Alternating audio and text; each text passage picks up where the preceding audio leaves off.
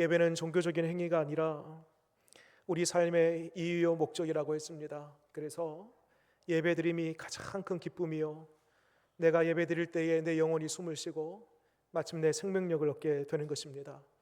그러기에 지금 이 자리에 예배드리는 여러분들이야말로 가장 잘한 일, 복된 일 하고 계신 줄 믿습니다. 옆에 계신 분들 보면서 한 번 더 오전에 칭찬했었는데요, 축복의 마음을 담아서 정말 잘하셨습니다 한 번 더 인사하겠습니다.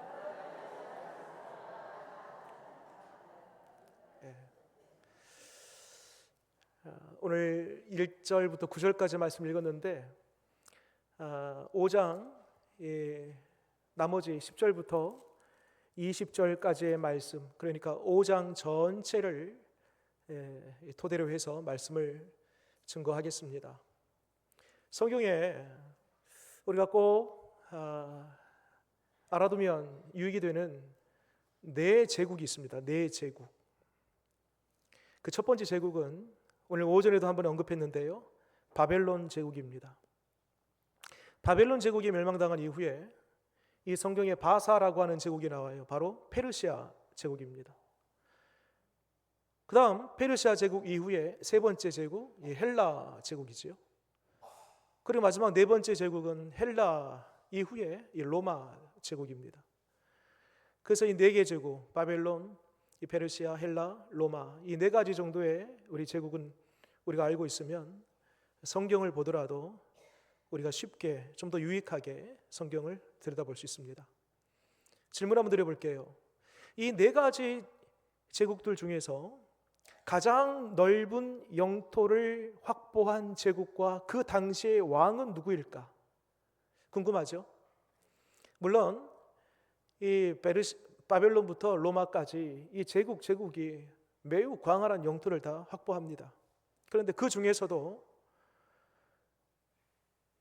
아프리카, 이집트에서부터 유럽을 거쳐서 아시아, 인도에 이르기까지 거의 세계 한 3분의 1에서 2분의 1 가까이 되는 정말 말로 다 형용할 수 없는 넓은 영토입니다.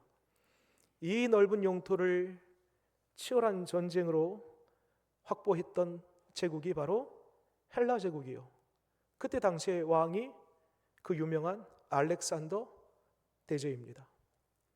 알렉산더 대제, 그냥 왕이 아니에요. 대제라는 그런 별칭을 붙는 것은 그냥 평범한 어느 나라 한 나라의 왕이 아니고 모든 왕들을 다 제치고 왕들 위의 왕이 되었다라는 그런 별칭으로 이 대제, 대왕이라는 표현을 쓰지요. 그런데 이 알렉산더 대왕이 마지막 죽을 때 한 가지 유언을 남깁니다. 내가 죽거든 내 관의 뚜껑을 덮고 뚜껑에다가 2개 구멍을 내라. 왜 2개 구멍을 내라고 했을까요? 손을 2개로 이 손 2개를 바깥으로 빼놓은 거예요. 관을 덮고 구멍을 내놓은 다음에 그 구멍 사이로 두 손을, 오른손 왼손을 딱 빼놓은 거예요. 여러분 상상해 보세요. 이 알렉산더 대왕이 아프리카에서부터 아시아, 인도 이리까지 그 광활한 영토를 다 확보하고 대제, 대왕이라는 별칭을 붙이면서 왕들 위의 왕이었습니다. 근데 마지막 돌아갈 때의 그 시신의 모습을 보세요. 관에 놓여 있습니다. 2개 구멍이 난 그 구멍 사이로 오른손 왼손이 빼져 있습니다. 백성들이 그 모습을 보면서 어떻게 생각했을까요? 왜 굳이 알렉산더 대왕은 2개 구멍을 내서 2 손을 빼라고 했을까요? 인생 별것 아니다. 우리 공술의 공수거라는 말이 있습니다. 공술의 공수거. 빈손으로 와서 빈손으로 가는 것입니다. 이것을 말하고 싶었던 것이지요. 인간의 욕심은 끝이 없습니다.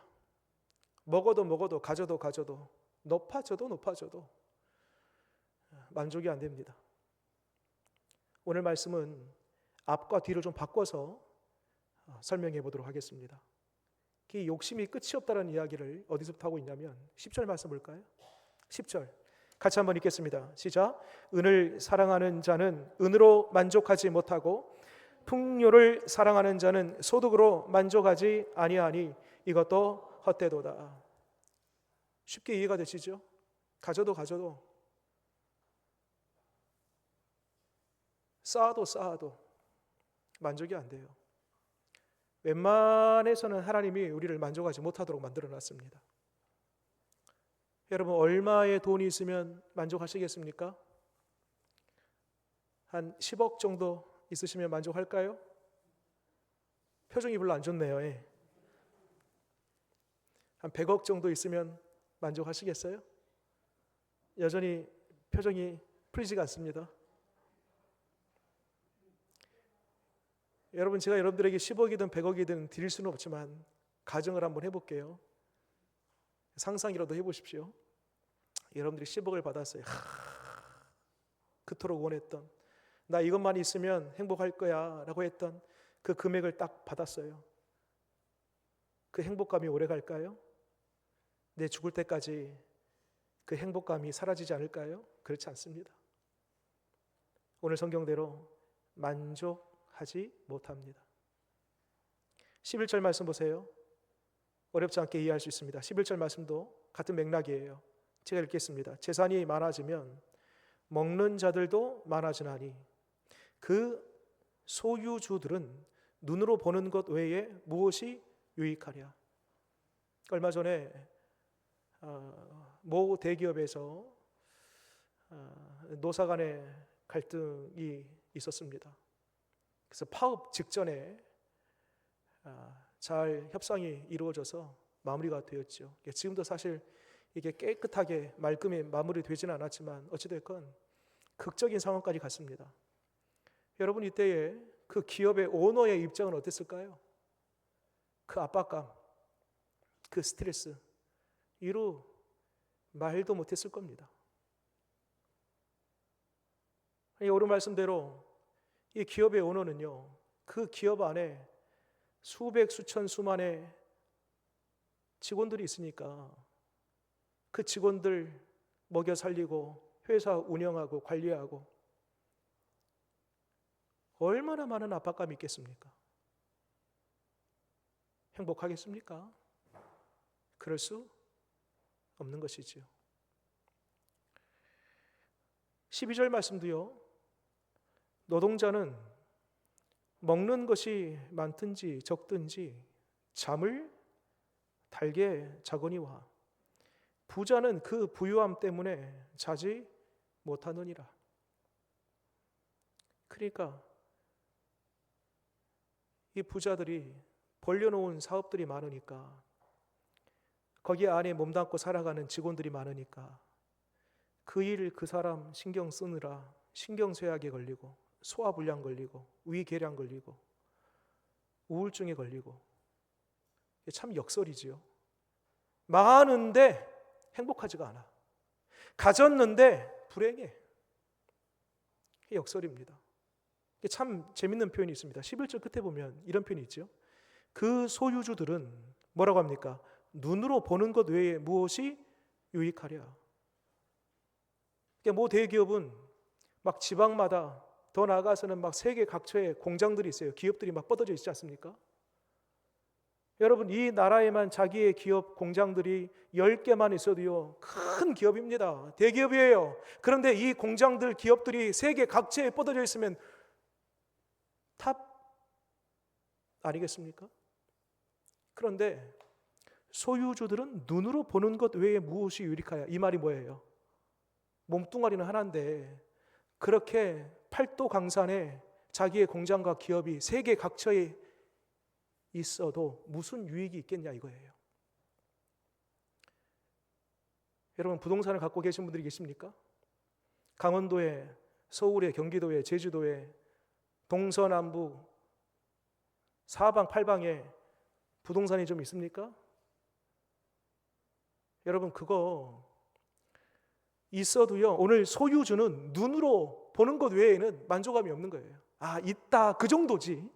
내 몸뚱아리는 하나인지라 내가 오늘은 거기 가서 내일은 거기 가서 그렇게 그 땅을 내가 누리면서 살아갈 수 없는 것입니다. 오히려 그 땅 관리하느라고도 힘들지요. 이 역설입니다. 가졌는데, 많았는데 희한하게도 행복감은 덜해지는 것. 여기서 그치지 않아요. 13절 말씀 보세요. 참 재미난 표현이 있습니다. 13절 같이 한번 읽어볼까요? 시작. 내가 해 아래에서 큰 배단 되는 일이 있는 것을 보았나니 곧 소유주가 재물을 자기에게 해가 되도록 소유하는 것이라. 아멘. 이게 무슨 말이냐면 먹어도 이게 독이 되는 걸 아는데 끊을 수가 없는 거예요. 마치 바닷물처럼. 여러분, 갈증이 올라와서 마실 물은 없고 지금 며칠째 바다 위에서 둥둥 떠서 표류하고 있어요.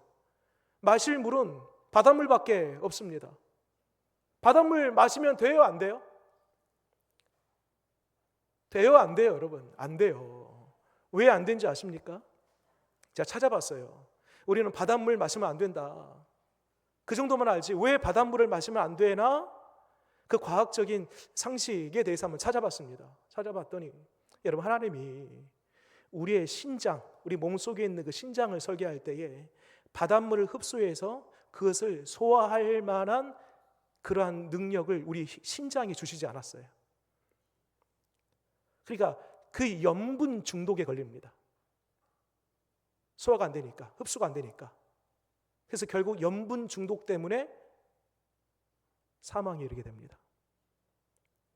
그런데 이 사람에게는 마실 물이 바닷물밖에 없는 거예요.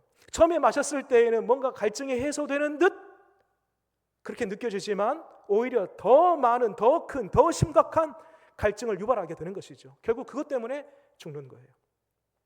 부자도 마찬가지라는 거예요.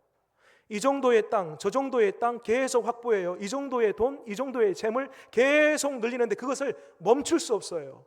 내 속은 계속 병 들어가고 신경쇠약, 소화불량, 위경련, 온갖 우울증에 시달리면서도 그것을 끊어낼 수가 없네요. 마치 바닷물을 계속 마셔야 되는 것처럼. 그 이야기가 13절에 있습니다. 좀 더 볼게요. 그래서 15절 말씀, 이제 거의 이제 이 5장의 결론인데 15절 같이 한번 읽어볼까요? 시작. 그가 모태에서 벌거벗고 나왔은즉 그가 나온 대로 돌아가고 수고하여 얻은 것을 아무것도 자기 손에 가지고 가지 못하리니. 공수래 공수고 빈손으로 왔다가 결국에는 처음에 설교 서두에 말씀드린 것처럼 관짝 그 위에다가 손 빼놓고 결국에는 빈손으로 돌아가는 것, 그것이 바로 우리 모든 인생의 끝이다, 결국이다 라는 거죠. 자, 그럼 이러한 사람들이 어떤 사람인가? 한마디로 17절에 이러한 사람들을 이렇게 정의합니다. 제가 읽어볼게요. 평생을 어두운 데서 먹으며 많은 근심과 질병과 분노가 그에게 있느니라. 어디에서 먹는다고요? 자, 여러분 보세요. 이 어둠이라는 것은 성경에 어떤 물리적인, 이 불이 딱 꺼지면 어둡다, 어떤 그런 공간적인 차원에서의 어둠이 아닙니다. 시각적인 차원에서의 어둠이 아니에요. 영적인 차원에서 이 어둠이라는 것은 하나님과 반대되는 개념입니다. 하나님은 빛이에요. 하나님은 해, 하늘에 떠 있는 해로 묘사합니다. 우리 예수님은 생명의 빛이 되십니다. 세상의 빛이 되십니다. 이처럼 하나님의 영역은 빛이에요. 그러면 지금 제가 쭉 설명드렸던 10절 이하의 말씀, 가져도 누려도 누릴 수 없고 가져도 행복감이 없는, 오히려 마치 밑 빠진 독처럼 계속 부어도 채워지지 않는 그러한 상태에 있는 사람, 결국 뭐냐? 빛이 없는 거예요. 다르게 표현하면 하나님이 없는 삶의 전형적인 모습이 이와 같다는 것입니다. 여러분, 질문 드려볼게요. 답해 보십시오. 밑 빠진 독이 있잖아요. 밑 빠진 독. 거기다가 계속 물을 부어요. 그럼 어때요? 다 빠져나가잖아요. 거기에 재물을 부어도, 명예를 부어도, 세상의 권력을 부어도, 끝이 없이 부어도 다 빠져나가니까 만족감이 없잖아요. 질문, 밑 빠진 독을 채울 수 있는 방법이 뭘까요? 밑 빠진 독을 채울 수 있는 방법 생각해 보세요. 저도 이 생각을 하면서 깜짝 놀랐습니다. 이런 방법이 있었다고? 제가 어제 책에서 보거나 들은 얘기가 아니고, 야, 이런 방법이 있었네. 성경의 감동이죠. 감동을 주셨어요. 밑 빠진 독을 채울 수 있는 방법. 목사님, 테이프로 칭칭 감으면 어떨까요? 그 테이프도요, 얼마 못 가요? 목사님, 요즘 본드가 잘 나온 게 있는데 본드로 딱 붙여놓으면. 그런 방법 말고요, 진짜 한번 채워놓으면 끝까지 채울 수 있는 방법. 그 밑 빠진 독을요, 강물에 던져 넣는 거예요. 우와, 와. 그러면 채우라고 하지 말아도 자연스럽게 채워져요. 누가 빼낼 수도 없고요. 채워진 채 그 물이 그대로 유지가 됩니다.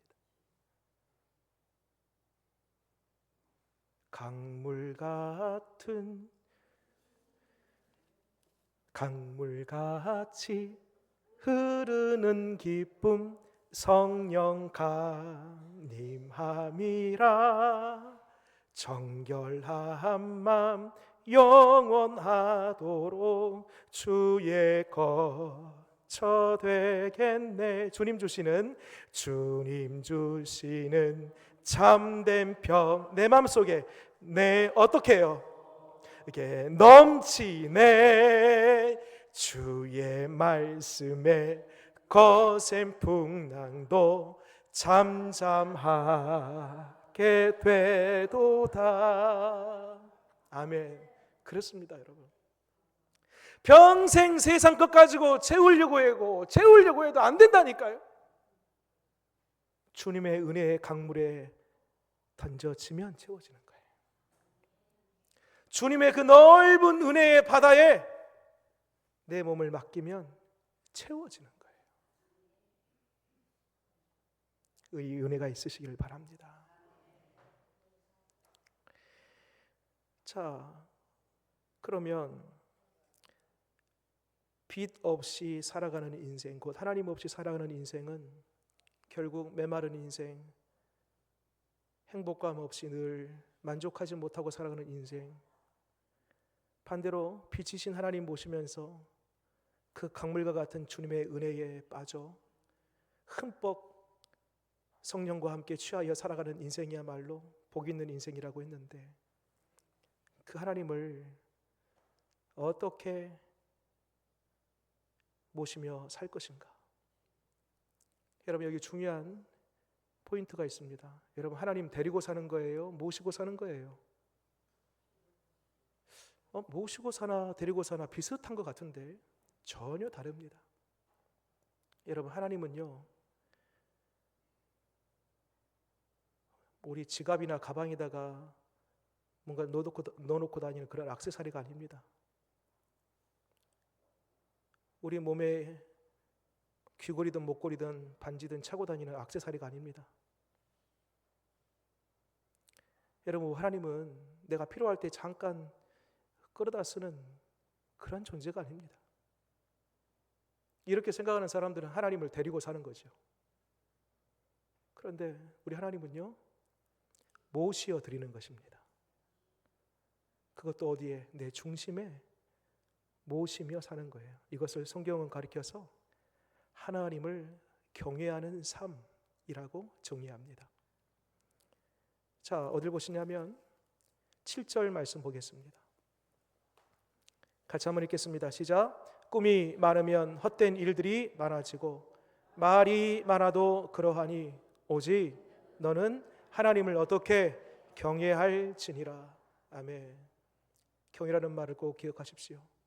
두렵고 떨림으로 공경하는 마음의 태도를 가리켜서 경외입니다. 구체적으로 하나님을 어떻게 모시어 경외하며 살 것인가? 그게 바로 오늘 1절부터 9절까지 나와 있는 우리가 읽은 본문입니다. 자, 첫 번째, 구체적으로 하나님을 데리고 사는 것이 아니라 모시며 어떻게 경외하며 살 것인가? 1절 말씀 볼까요? 하나님을 경외하는 삶의 구체적인 실천 방안입니다. 같이 한번 읽겠습니다. 시작. 너는 하나님의 집에 들어갈 때에 내 발을 삼갈지어다.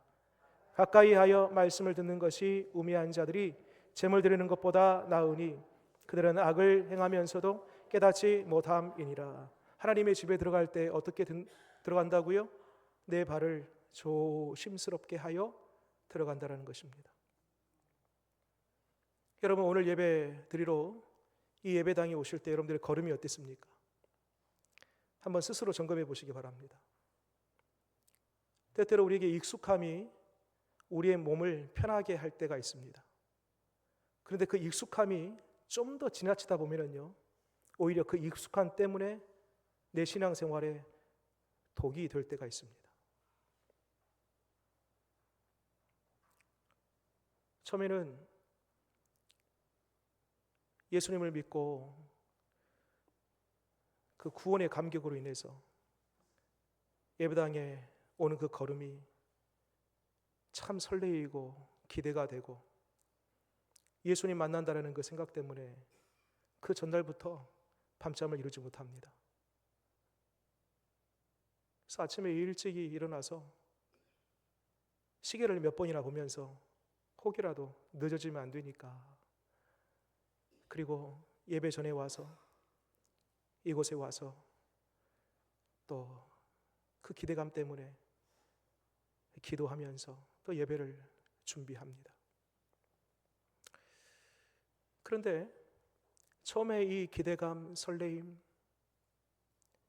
사모함, 내 속에 처음 주셨던 그 처음 마음 가지고 내 속 깊은 곳에서 일렁이는 그러한 거룩한 열정들.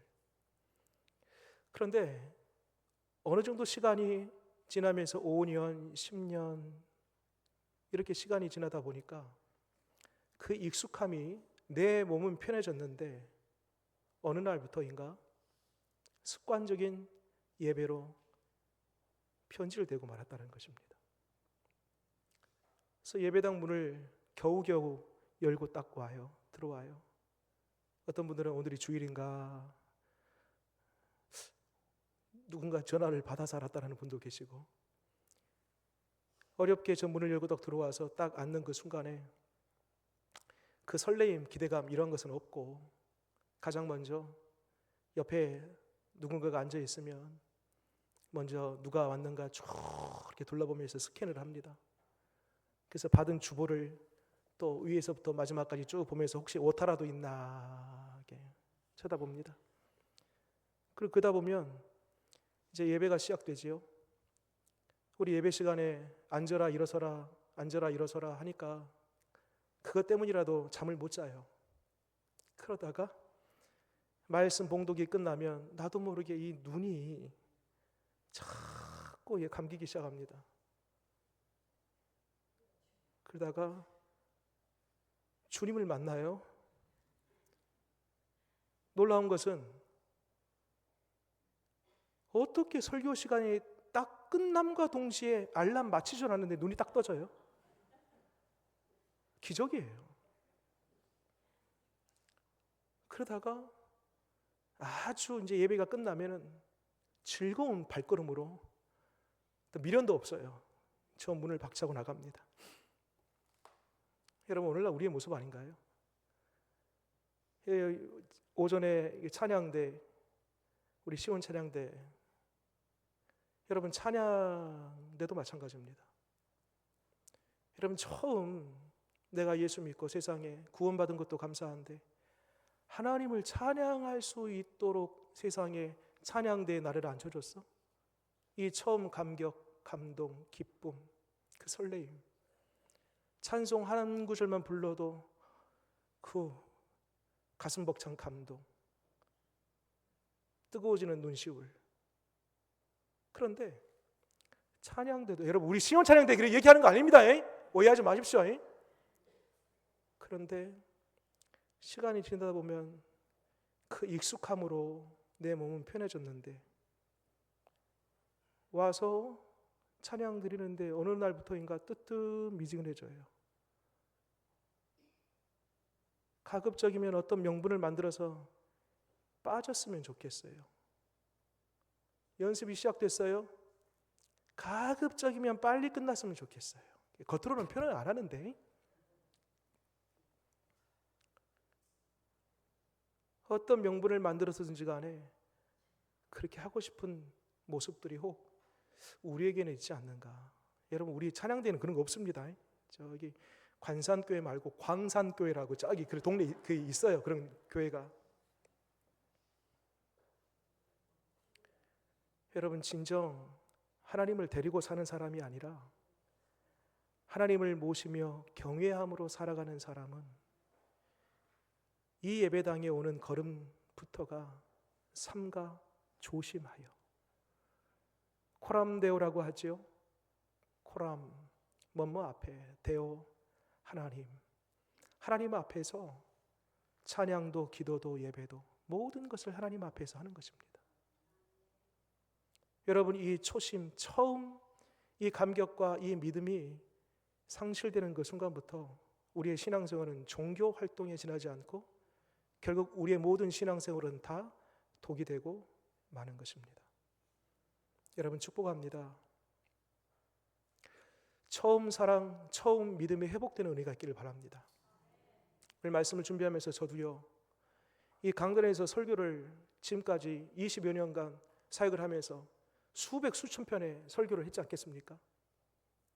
하나님, 오늘 말씀을 준비하면서도 내가 그냥 사무적으로 그냥 일하는 거니까 습관적으로 반복적으로 하는 일을 되지 말게 하여 주옵소서.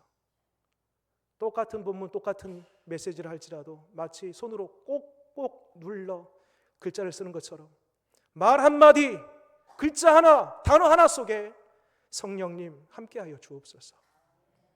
그런 마음으로 말씀을 준비하고 또 앞으로도 준비할 것입니다. 여러분, 처음 믿음과 처음 사랑이 사라지는 그 순간 꼭 기억하십시오. 모든 것은 다 독이 된다.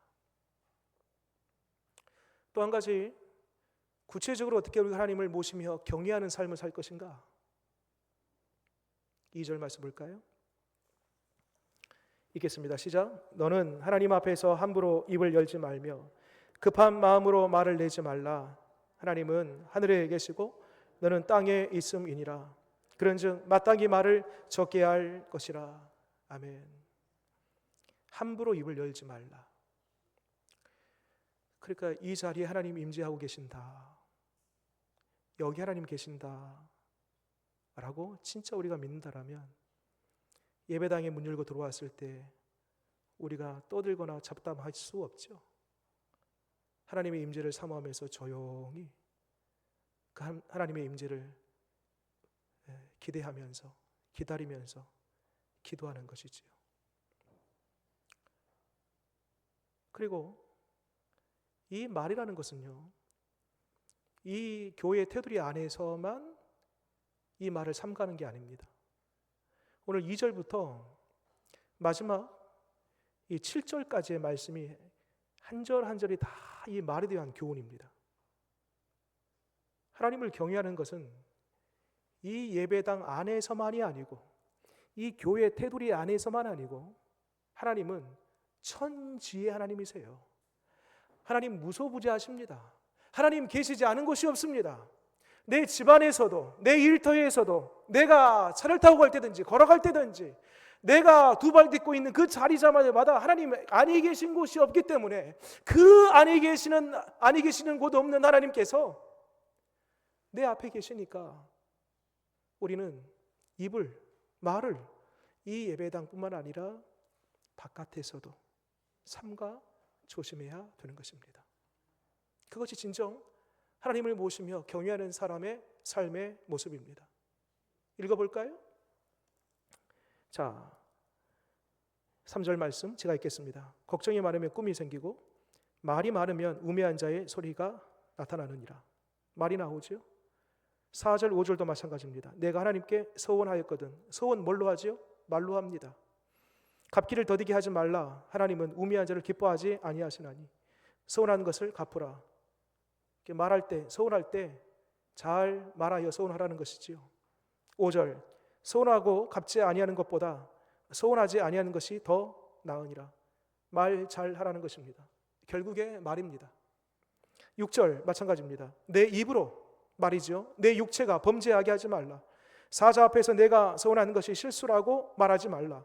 어찌 하나님께서 내 목소리로 말미암아 진노하사 내 손으로 한 것을 멸하시게 하랴. 마지막 7절 역시 말에 대한 이야기입니다. 같이 읽겠습니다. 시작. 꿈이 많으면 헛된 일들이 많아지고 말이 많아도 그러하니 오직 너는 하나님을 경외할지니라. 아멘. 여러분, 잠언 곳곳에서도요, 사람이 말이 많으면 허물을 명키 어려우나 말이 적은 자에게는 지혜가 있느니라 라고 했습니다. 삼가 하나님 앞에서 그 입을 조심하라 경고하고 우리에게 교훈하고 있습니다. 민수기 13장에 보면 대표 12사람이 가나안 정탐을 떠났다가 돌아옵니다. 40일 정탐을 갔다가 돌아온 이후에 이 12명의 사람들이 보고를 합니다. 여호수아와 갈렙을 제외한 나머지 10명의 사람들이 보고할 때 이런 보고를 합니다. 저들 앞에 우리는 메뚜기에 불과하다. 저들과의 싸움은 백전백패다. 그런 얘기를 할 때에 이 이스라엘 백성들이 아직 여호수아와 갈렙의 이야기는 듣지도 않고 절망합니다. 그러면서 모세를 향하여, 곧 모세를 향했다는 것은 하나님을 향한 것입니다. 원망과 불평을 쏟아냈습니다. 그리고 민수기 14장에 보면은 차라리 애굽으로 돌아간 것이 낫겠다. 우리를 이 광야에서 다 죽일 셈이냐? 그렇게 막말을 하게 되지요. 이때에 민수기 14장 27절에 하나님이 이런 말씀하십니다. 이스라엘 자손이 나를 향하여 원망하는 바, 그 원망하는 말을 내가 들었노라. 여러분, 굉장히 무서운 말입니다. 그 원망하는 말을 누가 들었냐면 하나님이 들었답니다. 그 백성들이 모세를 향해서 원망할 때에 하나님이 그 앞에 내가 하나님이다 라고 보여지지 않았습니다. 그런데 하나님이 그 말 한마디 하나하나를 다 들었다는 것입니다. 그러면서 뒤에 더 무서운 내용이 담겨져 있습니다. 들어보세요. 신명기 14장 28절인데요. 너희 말이 내 귀에 들린 대로 내가 너희에게 행하리라. 정말 그렇게 됐을까요? 네. 차라리 우리가 이 광야에서 죽는 것이 낫겠다.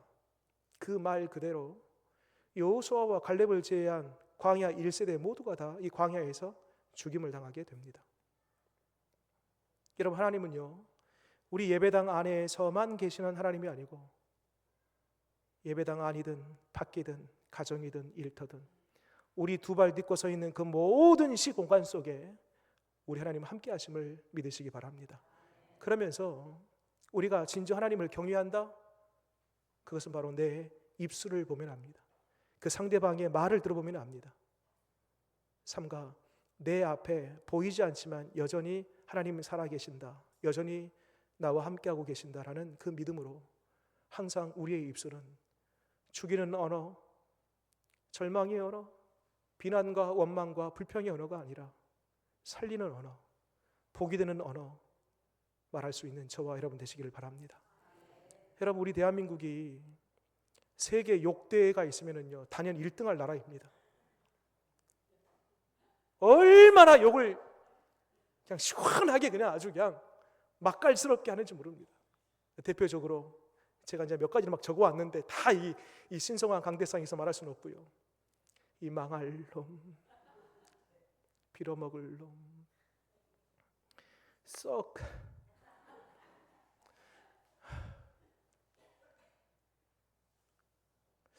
동네마다 욕쟁이 할머니가 다 한 분씩은 계셨어요. 물론 지금은 이제 계신지 모르겠지만 과거에 한 10년, 20년 전만 하더라도 욕쟁이 할머니들이 그렇게 동네마다 다 계세요. 여러분, 그런데 그거 아십니까? 욕쟁이 할머니들을 가만히 보세요. 말로가 좋지 않습니다. 왜? 말하는 대로 되기 때문에.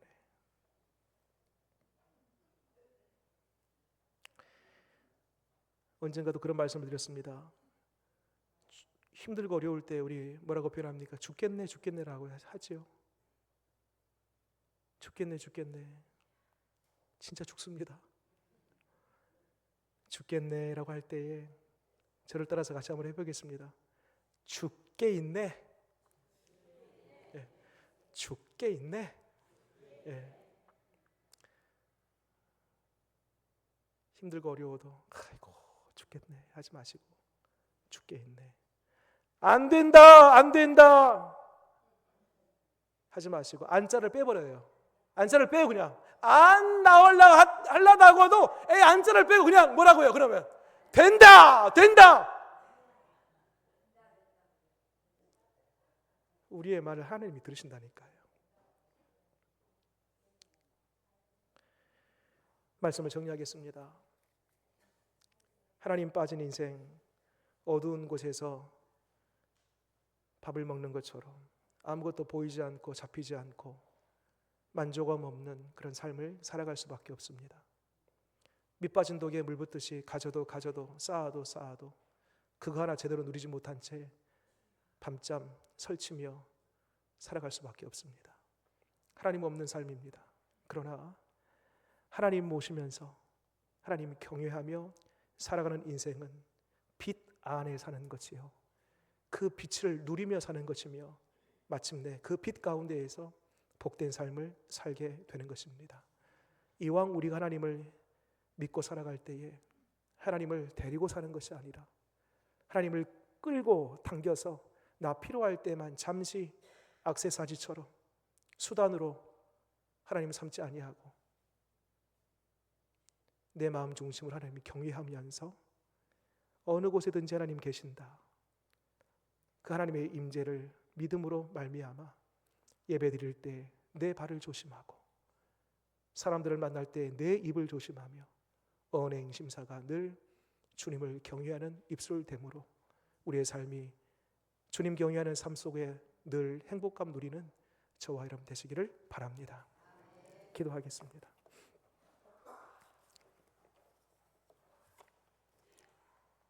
하나님, 우리가 이 땅에 살면서 이왕 살 것 잘 살기를 원합니다. 잘 사는 것, 돈이 많거나 재산이 늘어나거나 명성을 얻거나 하나님 이것이 잘 사는 것이 아니라 그것만 있어가지고는 늘 부족하고 마음 어렵고 신경 쓰이고 불행한 삶을 살아갈 수밖에 없습니다. 하나님 빠진 인생, 하나님 없는 인생, 빛 없이 어둠 가운데 살아가는 인생밖에 되지 않습니다. 하나님, 비록 부족하지만 떨어지고 어렵지만 가진 것 없지만 하나님 내 중심에 모시며 하나님 경외하며 살아가는 우리 되게 하여 주시옵소서.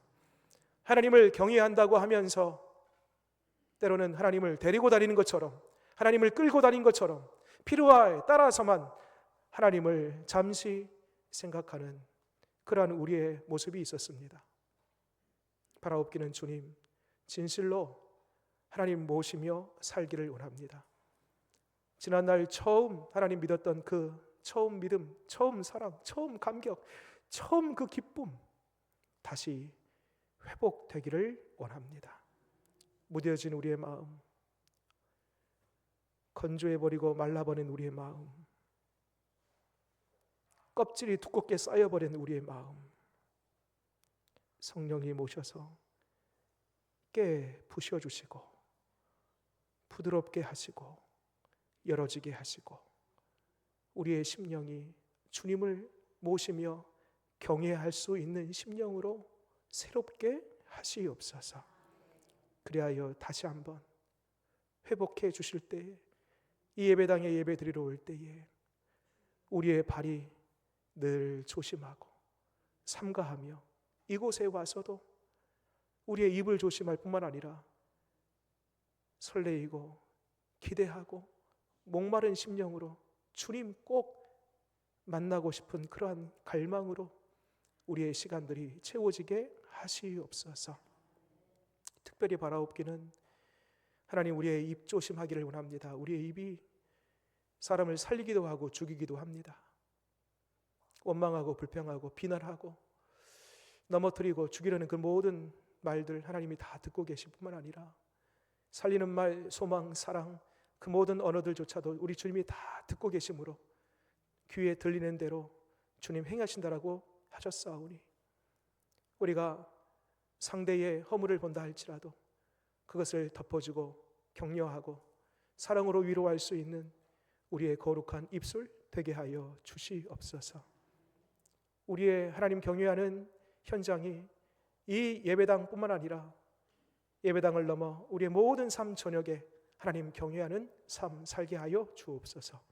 예수님 이름으로 기도드립니다. 아멘.